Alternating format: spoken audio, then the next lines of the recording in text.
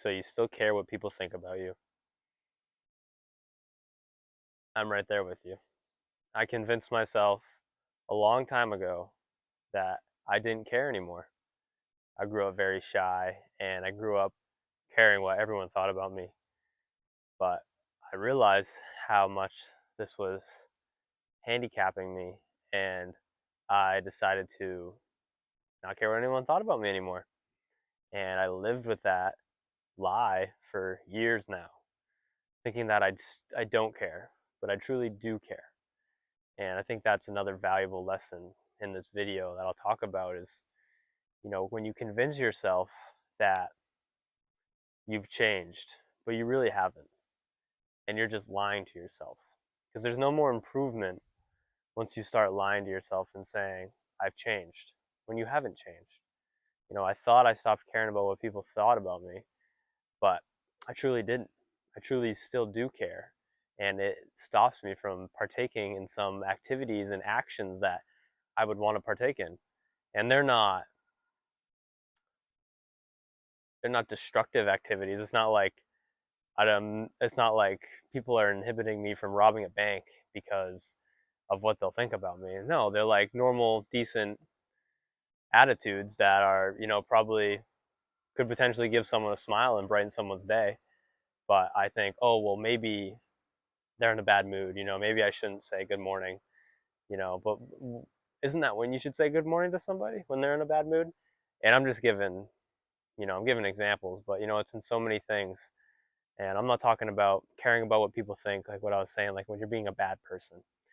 You should care about what people think when you're being a bad person. And I know it's a fine line because it's hard, probably, for people who are bad and doing bad actions to know. I believe no one is willingly deprived of the truth. So I can't imagine how it would feel for someone who, thought they were being right, but they're not, and they're getting criticized and they don't see why. But we're not going to talk about that in this video because that's outside of my it's outside of my wheelhouse and comprehension. Um, but we'll talk about how, when you want to do a morally excellent, a good deed, but the fact that someone somewhere may take it wrong is stopping you from acting in such a way that you believe is correct. Marcus Aurelius says, if it's the right thing to say and do, it's the right thing for you to say and do. So if you can imagine something being a right thing to do, it's the right thing for you to do. You don't need to start, well, oh, my situation here is, and these people are, I don't know how they're going to react. It's like, no, none of that. You can't worry about that because it's not within your control. You need to focus on what's in your control, and then how other people react is not on you. It is not your fault if you say good morning to someone and they cuss you out because they are having a bad day or whatever it may be. And isn't it funny how sometimes you play, like Seneca says, we suffer more in imagination than reality. You'll play up this thing so much, like just saying good morning or saying hello to somebody or asking them a question or having the conversation you want to have with somebody that you've been wanting to have for a while, but you just don't know how they'll react. And then you finally do it. And for some reason in your mind, you thought they were going to just sucker punch you because of how disrespectful they were going to take it. But in reality, they were waiting for you to ask the question, or you have a really good conversation. And it's not a superficial conversation either. It's a real conversation. It's not like formalities, like, oh, how's your day going? Good. How about you? Good. Oh, have a good one. Thanks, you too. Like, that's just, to me, it's getting to a point where that's just so superficial. And like, I hate it. Like, honestly, I hate it because if someone wasn't doing good, what are they going to say? Good, how are you? It's almost like you have to say, how are you doing? Good, how are you? No, how are you doing? Like, I'm actually asking you. You know what I mean? Because it seems like it's at such that point now where it's just a formality, and it's just like you have like built-in habit responses to these questions. When in reality, your world could be burning down, and someone asks you how your day is, and you just say good. And I think it's good, honestly, to imagine that, look at the bright side of things. But I don't think it comes from that. I don't think it comes from a place of that when you say it as a formality. It's like you're not even thinking, you just say it. And it's that just to me is so superficial. Like when you have to ask a question twice for someone to give their real answer, like how superficial and formal is that thing you're asking? So to me, like that was just a little tangent right there. I don't even know how I got to talking about that, but yeah, that's been something else I've been thinking about. Just like the superficial conversations, like crazy, crazy. Oh yeah, because you caring about what people think, caring about how they'll react to those questions. Yeah, you're not gonna get a right hook from them. If you ask someone twice how they're really doing, they'll honestly probably feel cared about and like, wow, he really wants to know how I'm doing. Like you don't think someone really wants to know how you're doing when they ask you how you're doing. At least I don't. I mean, I do sometimes, depending on who it is and the situation. But if it's someone just in passing at work, it's a formality. It's a formality. I'm not gonna like sit there and say, oh, well, I'm actually having a pretty rough time. Like no, I'm not gonna do that. And I'm like guilty as charged when I say I'm giving formalities with somebody and they don't say good. It's like, dude, like you're like, come on, like chop this up. Like I'm not trying to have a conversation, but like to me, I'm guilty of that, and I'm not saying that's a good thing. I don't like it, but I know sometimes you'll say that and you're like, oh, actually, like, and my hot water went out this morning, and you're like, cool. Like I don't know where this is going, but I'm saying like I'm guilty of it, so it's yeah. It's like you don't want things like I don't want things to be superficial, but when they're not superficial, I complain. Um, but that's just me problems because we all have problems. But I've convinced myself, like I was saying, that I don't care what people think, but I truly do. And I truly think that's one of the biggest handicaps in my life. But it was so monumental and impactful to actually become aware of that and be like, no, let's take like a million steps back because it was like 2 years ago I came to this conclusion and I didn't care anymore. And be like, no, you still care. Like, think about on a daily basis when you want to ask a question and you don't, or when you don't know an answer and you want to ask it, but you don't want to look dumb. Like, my ego is still so much intact and there. And, you know, for a while, I acted like I didn't have one. I acted like I didn't care what people thought. I acted like I loved asking dumb questions, and I do sometimes. But then I realized, depending on who's around, and how many times maybe I've asked the dumb question, I start caring what people think.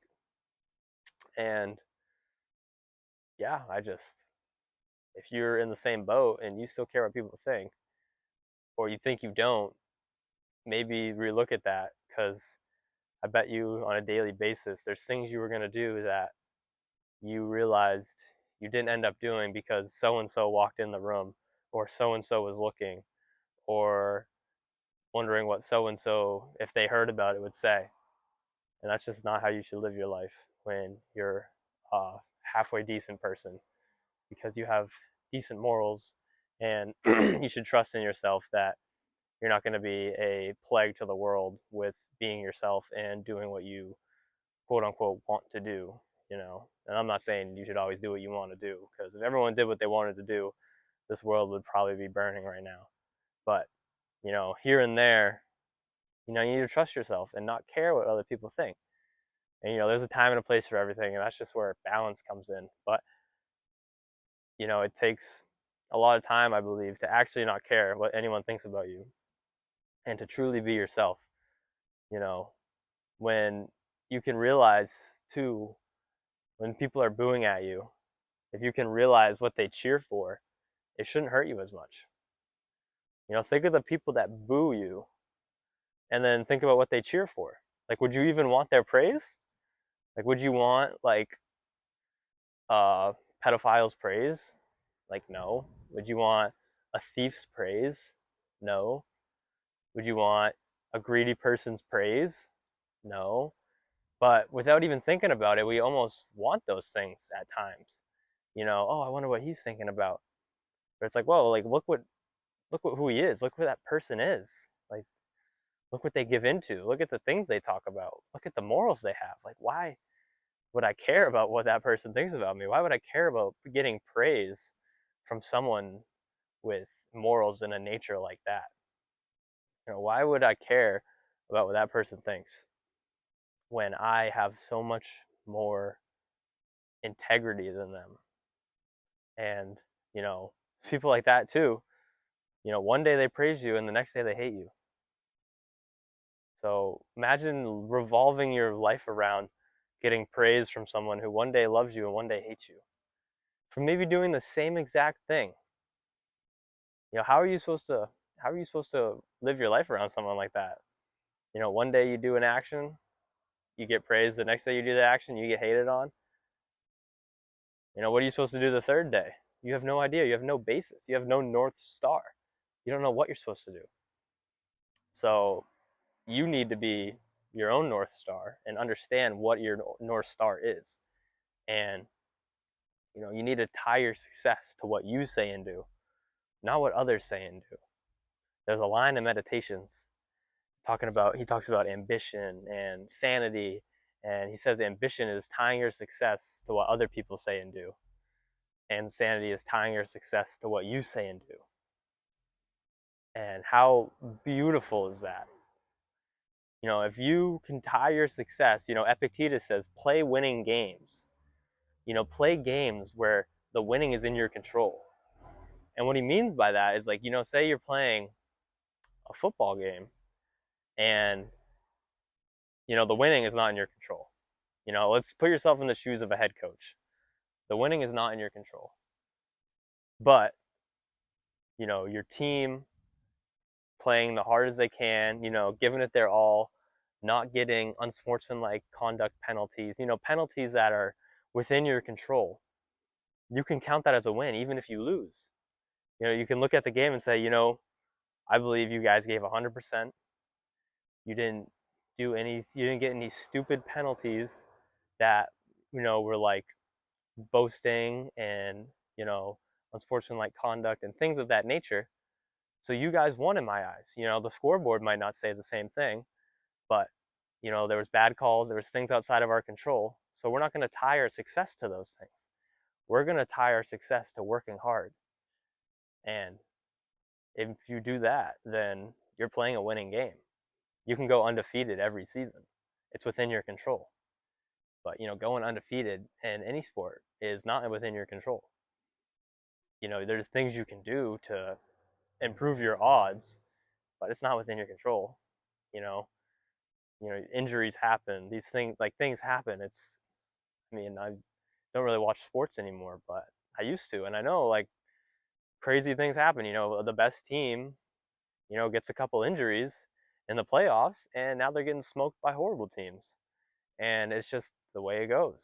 And when you tie your success to winning a championship, you might think your season was a failure, but in reality, the only reason you didn't win that championship is because two of your guys tore their ACLs, and there was a couple bad calls that weren't within your control.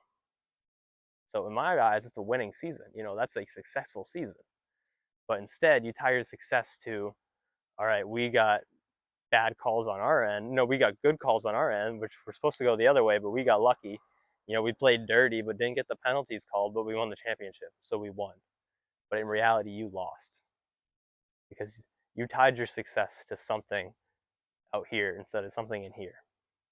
So, a couple tangents in this video, but I hope you guys got the message of, really look at your life and ask yourself, do I care what people think about me? Because if you're anything like me, you probably decided a couple years ago or longer that caring about what other people think is stupid. But in reality, you still care about what people think. And your ego isn't letting you realize that you do care. And once you can destroy your ego and realize that, you can start from scratch again. And you can start from actually not caring what people think about you.